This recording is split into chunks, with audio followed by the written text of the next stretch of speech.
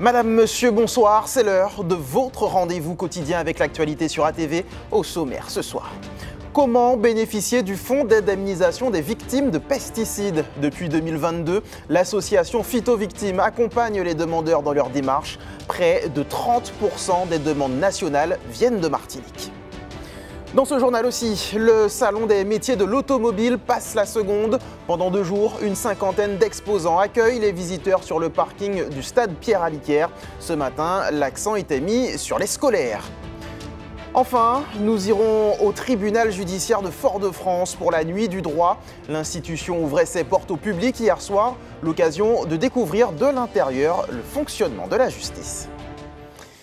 Mais avant de développer ces titres, le conflit à la SOR dans l'impasse.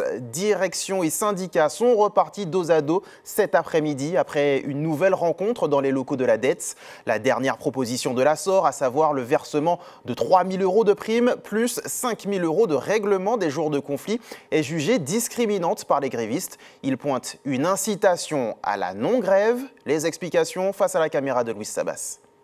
L'accord n'a pas été signé. Pourquoi ça? Eh bien, nous avons fait une proposition qui me semble particulièrement intéressante et honnête aux organisations syndicales. Nous l'avons communiqué par voie de communiqué de presse hier que vous avez dû recevoir. Ce communiqué prévoyait le versement d'une somme de 5 000 € bruts par salarié et pour tous les salariés, qui vient en complément des 3 000 € déjà versés dans le cadre de la prime de bienvenue, sur un total de 8 000 €. Et les organisations syndicales n'ont pas accepté ce principe de prime au motif qu'il serait versé à la fois aux non-grévistes et aux grévistes. Je ne comprends pas, puisque dans le cadre de ce conflit, l'une des revendications fortes des organisations syndicales était l'équité. La base du conflit était portée autour du versement d'une prime, une prime de bienvenue dont vous avez entendu parler, et l'une des revendications était que cette prime soit étendue à l'ensemble des personnels de SOR Martinique. Donc, moi, j'avais compris que l'équité était une valeur phare, une valeur fondamentale des organisations syndicales. Ça n'est pas ce que traduit leur position aujourd'hui. Nous avons 64 grévistes. Eux-mêmes, ils ont pondu ce matin un document sur WhatsApp qui parlait des 64 grévistes. 5 000 € pour chaque gréviste. Eh bien, on a pris leurs documents qu'ils ont envoyés ce matin et on leur a demandé, écoutez, faites ce dont vous avez écrit. 5 000 € pour les 64 grévistes. Ils ont refusé. J'arrive dans ce conflit et je découvre une proposition qui a l'air intéressante puisque plutôt que de payer les jours de grève, l'employeur propose de payer les jours de grève en payant les jours de grève à des gens qui n'ont pas fait la grève. Ce qui va instaurer une discrimination entre les salariés, premièrement, et une prime à la non-grève qui est directement une atteinte au dialogue social. Puisque dans le dialogue social, on doit respecter les droits des salariés et notamment le droit de faire grève. Donc c'est une atteinte au droit de grève qui crée une discrimination intolérable. Et donc, lorsque l'employeur dit « moi je veux payer 400 et quelques mille euros » et que les salariés en grève disent « mais non, payer 300 000 », on voit que ce n'est pas une question d'argent, c'est une question de principe. Le principe selon lequel, sous couvert de réconciliation et de dialogue social, la SOR essaie de détruire le dialogue social. Depuis 2022, près de 250 demandes ont été formulées en Martinique auprès du Fonds d'indemnisation des victimes de pesticides. Afin de faciliter les démarches, l'association Phytovictimes aide les demandeurs à constituer un dossier complet. Le fonds s'adresse aussi bien aux professionnels qu'à leurs proches et leur permet de bénéficier d'une rente ou d'un capital. Le reportage de Diana François-Edoxy. Exploitant agricole depuis 1981, Louis-Édouard est reconnu comme victime des maladies dues aux pesticides. Il a été touché par le cancer de la prostate en 2019. Aujourd'hui, il regrette l'utilisation de ces produits. C'est bien longtemps après, ils ont pu constater que ces produits sont pas, ils ont retiré sur le marché complètement. Mais avant tout, il y a plein d'agriculteurs qui sont déjà contaminés entre-temps. Donc, eh bien, c'est de là qu'on a attrapé le cancer de la prostate, hein, la prostate et tout, hein, parce que le produit, même si on est on a une combinaison, on a tout, mais on attrape quand même, on respire. Hein. Louis-Édouard fait partie des Martiniquais bénéficiaires du fonds d'indemnisation des victimes de pesticides. Il reçoit aujourd'hui une rente mensuelle grâce au dossier constitué par l'association Phytovictimes.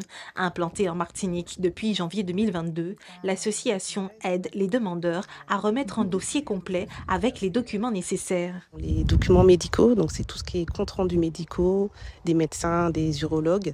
Et les éléments professionnels, c'est tout ce qui est lié au bulletin de salaire, certificat de travail, parce qu'aujourd'hui, il faut prouver qu'on a travaillé et qu'il y a bien une pathologie. Les pathologies concernées par le tableau de reconnaissance en maladie professionnelle, nous avons la maladie de Parkinson, le cancer de la prostate et le cancer du sang. Mais il faut savoir que des personnes déposent aussi des dossiers, ils ne sont pas forcément concernés par la pathologie, parce que c'est vrai que c'est beaucoup plus simple de faire de dossier de reconnaissance maladie professionnelle pour ces 3 pathologies-là, mais ce n'est pas impossible, c'est plus compliqué.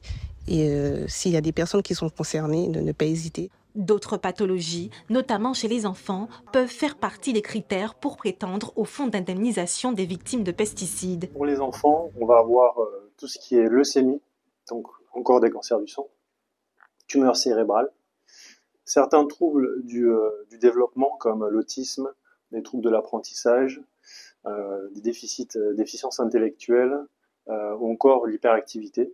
Et puis certaines malformations comme la fente labiopalatine, donc ce qu'on appelle le bec de lièvre, ou encore l'hypospadias, qui est une malformation au niveau du pénis, en fait, qu'on trouve surtout chez le garçon.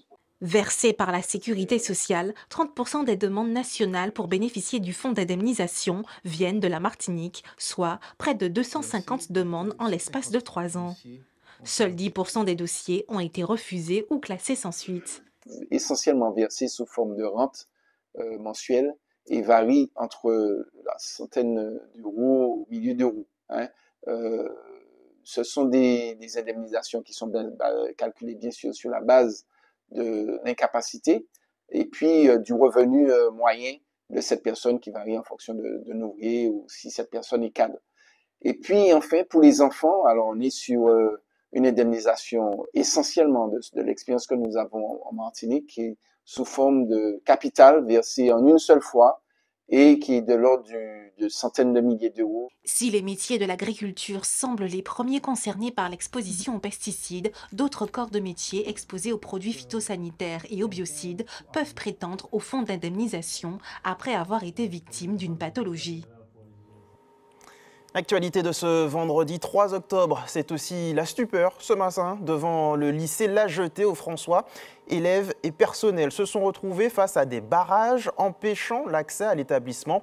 Palettes en bois, grilles de canalisation et même poteaux de cage de football étaient érigés devant l'entrée principale et le parking. Aucune dégradation ni vol n'ont été constatés à l'intérieur du lycée. Le ou les auteurs des faits sont pour l'heure inconnus. Les précisions recueillies par José Éloi. J'étais très déçu.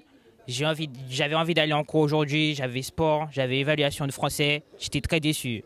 Quand j'ai vu ça, j'étais choquée, monsieur. C'était sous le choc. Je me suis dit, pourquoi les gens utilisent ces trucs-là pour faire ce genre de choses, quoi. On a besoin d'aller en cours pour apprendre et puis il faut ce genre de choses. J'étais énervée parce qu'il fait chaud, j'ai soif et il n'y a pas école, quoi. Je suis arrivé, j'ai vu que les 2 portes de l'établissement étaient bloquées, obstruées par des poteaux de butte et toutes d'autres détritus pour empêcher l'entrée dans l'établissement. C'est quand même des cours importants parce que c'est le début d'année. En plus, j'ai des classes de seconde, donc c'est un petit peu embêtant. Mais bon, on va essayer de s'adapter pour rattraper le retard. Intéressons-nous à présent au Salon des métiers de l'automobile. La seconde édition a ouvert ses portes aujourd'hui sur le parking du stade Pierre-Aliquer à Fort-de-France. Une 50aine d'exposants accueillent le public jusqu'à demain. Ce matin, l'espace était principalement tourné vers les scolaires et les personnes en formation. Louis Sabassi était. Découverte des nombreux métiers du secteur de l'automobile pour plusieurs centaines de jeunes. Un salon pédagogique et immersif pour les nombreux scolaires présents. Pour un premier contact pour les élèves avec les métiers de l'automobile, pour trouver des stages, etc. Je trouve que c'est super intéressant, surtout pour les élèves de 3e. On a vraiment des spécialistes à l'écoute et un niveau d'information super intéressant. C'est un beau salon, je trouve qu'il y a Il y en a beaucoup dans ma classe qui ont trouvé des stages, ils ont eu des informations pour leur avenir. Établissement d'enseignement professionnel, garage, contrôle technique, police ou RSMA et secteur administratif en lien avec l'automobile. En tout, une cinquantaine d'exposants accueillent ce jeune public. C'est aussi l'opportunité pour d'autres, à la recherche de formation ou d'emploi, de rencontrer les organismes de recrutement, de formation et les chefs d'entreprise présents. C'est une très bonne opportunité. Moi qui suis en reconversion professionnelle, je faisais de la comptabilité et là je veux faire un autre métier. Ça me permet de découvrir d'autres métiers qu'il y a dans l'automobile. Personnellement, j'espère trouver quelque chose, que ce soit par l'intérim, que ce soit par les différents médias. Et je pense que c'est une bonne opportunité pour vraiment accéder à l'emploi et faire quelque chose de productif. Une cinquantaine de stands accueillent les visiteurs. L'occasion pour les professionnels de mettre en lumière leur activité quand le secteur automobile connaît des métiers en tension. On a besoin aussi en fait de jeunes formés. Et pour ça, c'est important qu'on puisse également en fait susciter en fait des vocations. Et puis également montrer aux jeunes en fait les différents métiers que nous on recherche. Même si, par exemple, aujourd'hui, on n'a qu'un seul poste à pourvoir, mais c'est aussi la possibilité aussi de montrer toute la panel de postes qu'on a à disposition dans l'entreprise. Il permet aux jeunes de la Martinique de se sensibiliser aux débouchés des métiers de l'automobile. La formation, et ça reste encore un débouché intéressant, et notamment le contrôle technique. C'est un métier dans lequel il n'y a pas de chômage. Au jour d'aujourd'hui, le groupe avec lequel je travaille, le groupe SGS et Securitest, propose plus de 200 contrats en CDI. Pour l'UPAM, l'Union des professionnels de l'automobile de la Martinique, moteur de l'événement, ce deuxième rendez-vous est le point de départ d'un nouvel engagement pour l'emploi local. Nous irons sur site faire des messages, faire passer des messages de proximité dans les associations, dans les écoles, dans les communes.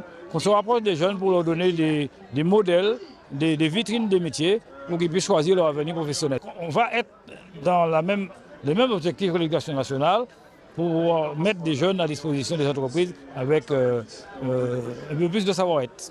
Ouvert à tout public, le Salon des métiers de l'automobile, seconde édition, continue ce samedi. Il s'affirme aussi comme un rendez-vous incontournable pour la découverte des métiers satellites de l'automobile pour ceux qui désirent s'orienter vers ce secteur. Autre rendez-vous à ne pas manquer ce week-end, le Salon des saveurs indiennes s'installera demain et dimanche à l'habitation de Paz à Saint-Pierre. Une première édition qui compte bien mettre les petits plats dans les grands. Et on en parle ce soir avec l'organisatrice et la marraine de l'événement.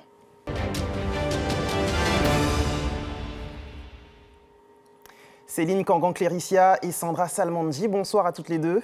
Bonsoir Johan. Merci d'avoir accepté notre invitation. Je sais que vous nous venez tout droit de Saint-Pierre où le salon est en train de prendre forme en ce moment.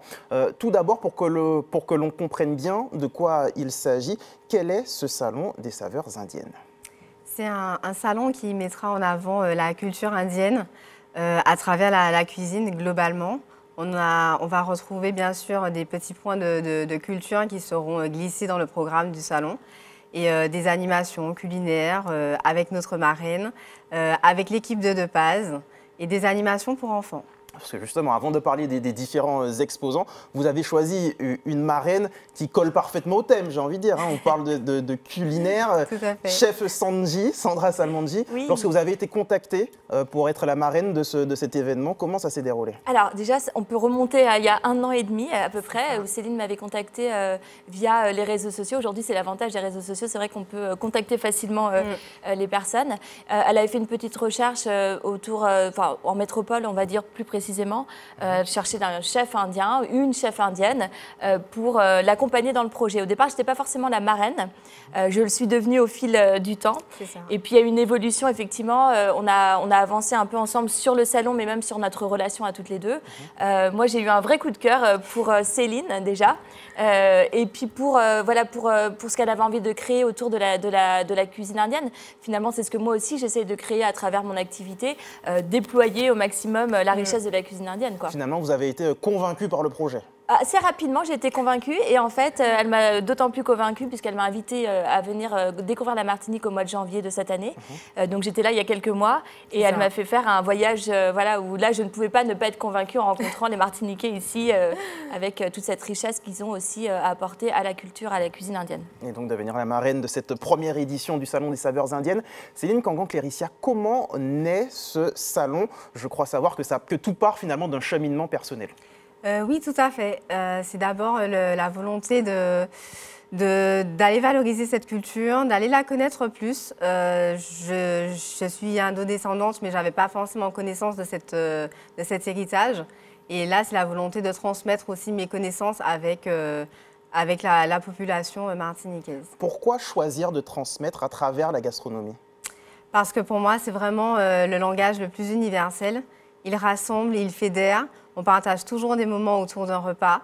Et puis, peu importe qui on est, peu importe d'où l'on vient, on peut un peu tout manger en fait. Alors, chef Sandji, vous n'êtes pas juste la marraine, hein, vous allez pleinement participer à ce salon avec un show culinaire, je crois. Alors moi, j'ai participé à distance, mais c'est vrai que je n'ai pas été malheureusement trop présente puisque je suis arrivée voilà, il y a quelques jours. Effectivement, donc moi, pendant le salon, je vais animer des masterclass. Donc ça va être voilà, des shows culinaires. Il va y en avoir un le premier jour et un le deuxième, avec Brice Laurent Dubois. Et puis, je vais également animer des ateliers. Donc les participants voilà, sont inscrits à des ateliers que je vais animer aussi tout au long du week-end. Outre la gastronomie, vous l'avez dit, il y aura également des touches culturelles. Concrètement, que va-t-on retrouver? Concrètement, il y aura des défilés, de la danse, bien sûr. On aura aussi une intervention de quelqu'un qui vient spécialement de Guadeloupe pour parler effectivement de cet héritage indo-guadeloupéen également. Un salon gratuit, mais il vaut mieux s'inscrire, c'est ça? Il vaut mieux s'inscrire parce qu'on a des exposants qui vont faire à manger sur place. Donc, on est sur des denrées périssables. Ça permet d'avoir un minimum d'organisation. Et le salon, effectivement, est gratuit. Il ouvre ses portes de 10h à 17h. Alors, cette première édition, c'était déjà un grand défi. Arrivez-vous déjà à vous projeter sur l'après-salon? Alors oui, on arrive à se projeter déjà sur l'après-salon, voir déjà les coquilles à corriger déjà. Mais, et puis, on a déjà l'ambition d'aller plus loin, en fait. Eh bien, merci beaucoup, Céline Kangan-Cléricia et Sandra Salmandji. Merci d'avoir accepté notre invitation. Et rendez-vous donc demain et dimanche à Saint-Pierre, habitation de Paz, pour la première édition du Salon des saveurs indiennes. Merci à vous. Merci. Ce week-end qui s'annonce possiblement pluvieux, Météo France place toujours la Martinique en vigilance jaune pour fortes pluies et orages, mais aussi pour vagues submersions. Dans les deux cas, ce sont essentiellement le nord de l'île et la côte Caraïbe qui pourraient être concernés. Dans le reste de l'actualité, la préfecture organisait hier les rendez-vous de la fonction publique, un événement créé pour accompagner les agents dans leur parcours professionnel. L'occasion aussi de signer une convention de partenariat entre la préfecture et France Travail. Objectif, élargir les perspectives des agents et mutualiser les ressources. Les précisions face à la caméra d'Hélène Sirignac. En Martinique, les possibilités de mobilité pour les fonctionnaires, pour les agents publics, sont plus limitées. Pas comme dans l'Hexagone où on peut être affecté dans les départements voisins. C'est nécessaire qu'on puisse renforcer nos liens entre les fonctions publiques pour qu'un même agent, dans sa carrière, puisse à la fois travailler pour l'État, pour les hôpitaux, dans la fonction publique territoriale. Et puis on a aussi besoin d'échanges entre le public et le privé, avec de plus en plus de contractuels que nous recrutons, et qui peuvent travailler pour l'État, pour la fonction publique territoriale, pour la fonction publique hospitalière. Et pour ça, nous avons besoin d'une porte d'entrée. C'est la raison pour laquelle nous renforçons nos liens aussi avec France Travail. Oui, c'est pour nous une convention importante. Pourquoi? Parce qu'elle inscrit les opportunités de carrière qu'il y a dans la fonction publique comme un des éléments d'un parcours professionnel. Le préfet l'a rappelé, l'avantage des métiers de la fonction publique, c'est que ça donne du sens à l'action. Les métiers qui sont proposés dans la fonction publique sont des métiers où le candidat a bien cette notion d'utilité. Et c'est quelque chose qui est très recherché aujourd'hui. Peut-être avez-vous eu la chance de visiter le tribunal judiciaire de Fort-de-France hier soir. L'établissement a ouvert ses portes pour la nuit du droit, l'occasion pour les visiteurs d'assister à des procès fictifs et de découvrir de manière concrète le fonctionnement de la justice. Ryan Anias.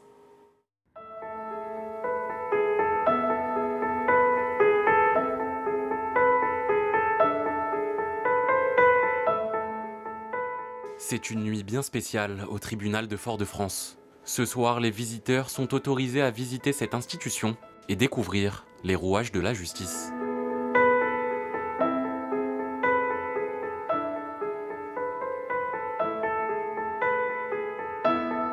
Certains font leur première au sein de cette juridiction et d'autres travaillent dans le domaine du droit sans forcément fouler le sol du tribunal chaque jour. C'est particulièrement instructif et c'est vrai que ne pas y être aurait été pour nous médiateurs une erreur, je pense.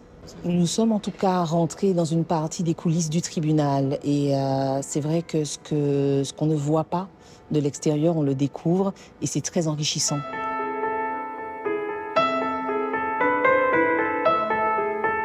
Cette 8e édition de la Nuit du droit rassemble passionnés, professionnels et amateurs. Au programme procès fictifs, visite du palais et une projection débat autour d'un documentaire justice. Le mot d'ordre, comprendre le fonctionnement de chacun. Pour nous permettre de mieux comprendre les rouages, le fonctionnement des institutions, des procédures, de vivre au quotidien ce qui est l'organisation de la justice et bien entendu, de façon très large, nous permettre de mieux appréhender les choses vis-à-vis des personnes que l'on reçoit, en particulier en médiation.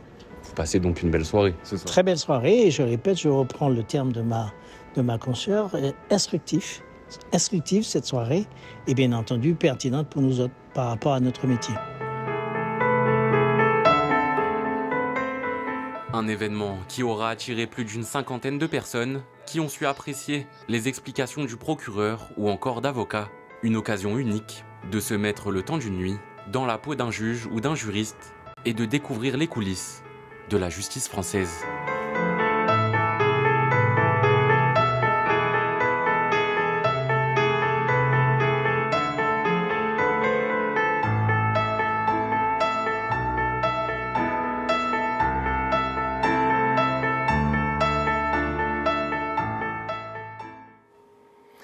Place à l'actualité sportive avec la reprise du championnat de handball hier soir au François. Chez les femmes, le Phénix franciscain défiait les championnes en titre, l'Entente Meg. Chez les hommes, le Phénix recevait la Gauloise de Trinité.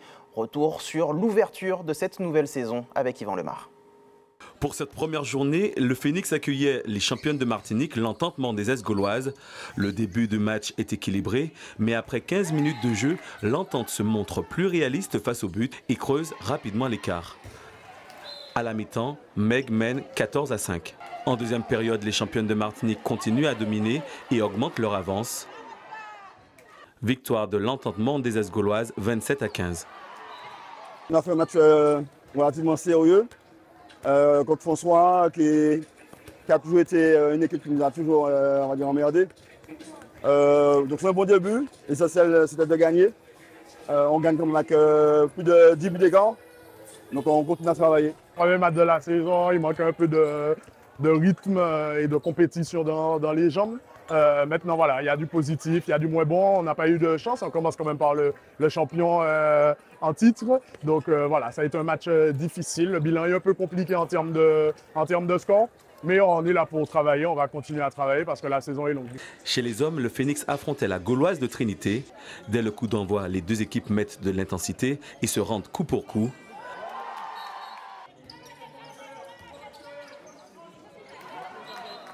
Après 20 minutes de jeu, les franciscains prennent l'avantage et virent en tête à la pause, 14-10. En seconde période, le Phénix ne relâche pas ses efforts et creuse l'écart pour finalement s'imposer sur le score de 29-23. Les gens ont réussi quand même, après toute la prépa qui fut quand même assez longue, à mettre en place ce qu'on avait quand même réellement travaillé tout au long de cette prépa. La première mi-temps fut quand même compliquée, enfin pas compliquée, mais l'équipe adverse nous a quand même posé pas mal de problèmes, donc on a eu du mal à se détacher au score. Sur la deuxième mi-temps, on a un petit peu mieux défendu, pardon, et ça nous a permis de prendre un petit peu le large au score et de gérer en fait sur la fin du match. Je pense qu'on démarre pas trop mal le match, on démarre bien, on est dans le rythme, sauf que dès qu'on a 3-4 buts de retard, on a l'impression qu'on perd notre jeu, qu'on a plus envie, alors je ne sais pas si c'est une question d'envie, mais qu'on refuse d'aller au combat. Et à un moment, il va falloir montrer qu'on est des hommes et puis rentrer dans tous les combats si on veut avoir des résultats. La suite et fin de cette première journée du championnat de la Martinique de handball est prévue tout ce week-end. Toujours handball, donc vous l'aurez compris, les autres rencontres du championnat de pré-national se déroulent ce week-end. Au programme également la suite des championnats en futsal, basket et volleyball. Et puis en football, place à la Coupe de France, tour d'horizon avec Karil Chassol. En handball féminin, la première journée du championnat de pré-national se poursuit ce soir 20h avec 2 matchs. Club Sport Réveil Sportif à Saint-Joseph et le derby lamantinois entre le Sporting et l'Étoile de Gondo au Palais des Sports de la commune. 2 autres rencontres sont prévues demain 19h et dimanche 17h. Chez les hommes, 3 matchs au menu ce soir 21h30. Club Sport Réveil Sportif à Saint-Joseph, FR Roche-Carré Étoile de Gondo au Lamentin et le derby Foyalais entre l'USC Citron et l'Espoir de Floréal à Corridon. Demain 18h, une rencontre refermera cette première journée. En basket, on joue la deuxième journée du championnat de pré-national. Chez les femmes, toutes les rencontres se dérouleront demain. Tout d'abord à 18h, 4 matchs sont au programme, dont le choc entre le 24 et l'Éclair à Saint-Joseph. Enfin, la dernière rencontre aura lieu à 20h au Gros-Morne. Chez les hommes, cette deuxième journée s'ouvre ce soir 20h par le match USAC AS Black Star à Corridon. Elle se poursuivra demain 20h par 3 matchs, dont le choc Golden Star Golden Lion au hall Pélière-Donatien, 2 formations qui se sont déjà affrontées à 2 reprises depuis le début de la saison avec 2 victoires foyalaises. En volleyball masculin également, on joue la deuxième journée du championnat. 2 matchs auront lieu demain 20h. AS Bande des S Rayon à Sainte-Marie et un alléchant RC Arlésien RC Rivière-Pilote aux Anses d'Arlay. Toujours demain mais à 21h, Team Peul sera face à l'Espoir et dimanche 10h, on aura droit à Good Luck Empire au hall Pélière-Donatien. Les filles, elles, lancent leur saison avec dans la poule A une rencontre demain 19h et 2 autres dimanche à 8h et 9h. Dans la poule B, 2 matchs au programme demain à 19h et 20h. En football, le championnat cède la place au 4e tour de la Coupe de France. Ce soir 20h, on aura droit à 4 matchs, dont l'opposition entre formations de Régional 1, Golden Lion AS Mont-des-Es au Lamentin. Mais il y aura également le choc RC Saint-Joseph Club Pélien, ce sera à partir de 20h30 à Sainte-Marie. Ce 4e tour de Coupe de France se poursuivra demain 19h avec 3 rencontres.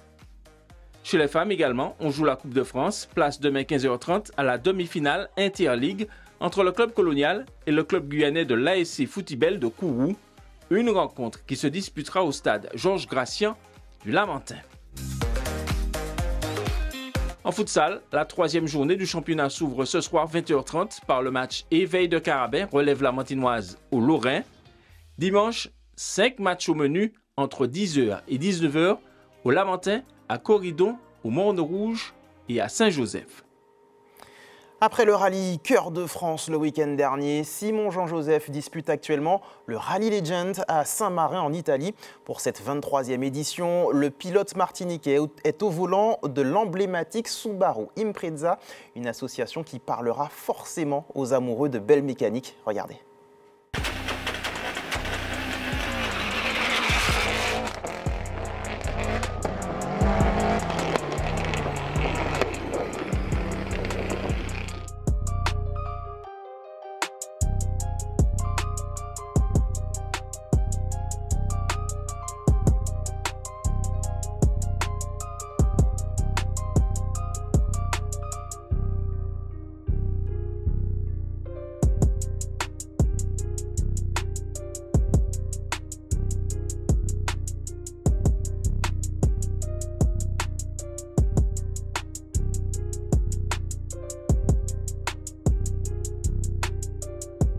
Je suis tellement content d'être ici, c'est juste une fête incroyable. et une ambiance comme je n'ai rarement vu ailleurs. C'est vrai que ça fait longtemps que je n'avais pas conduit l'Impreza. Et lorsque je suis remonté dedans, j'étais un peu perdu. Et c'est vrai que les 3 tours au shakedown m'ont permis quand même à la fois d'essayer de régler un peu la voiture qui n'a pas roulé depuis presque 2 ans. Et puis de retrouver un peu mes marques parce que waouh, ça fait bizarre. Donc voilà, je vais essayer de régaler ce public chaleureux qui est incroyablement nombreux ici.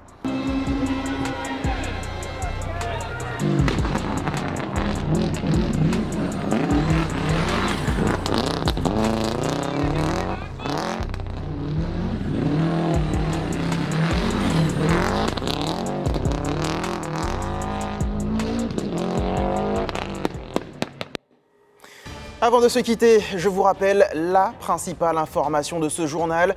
Toujours pas d'accord dans le conflit à la SOR. La dernière proposition de la direction a été repoussée par les grévistes cet après-midi. Les 2 parties sont reparties dos à dos de la DETS. La mobilisation a débuté le 11 août dernier.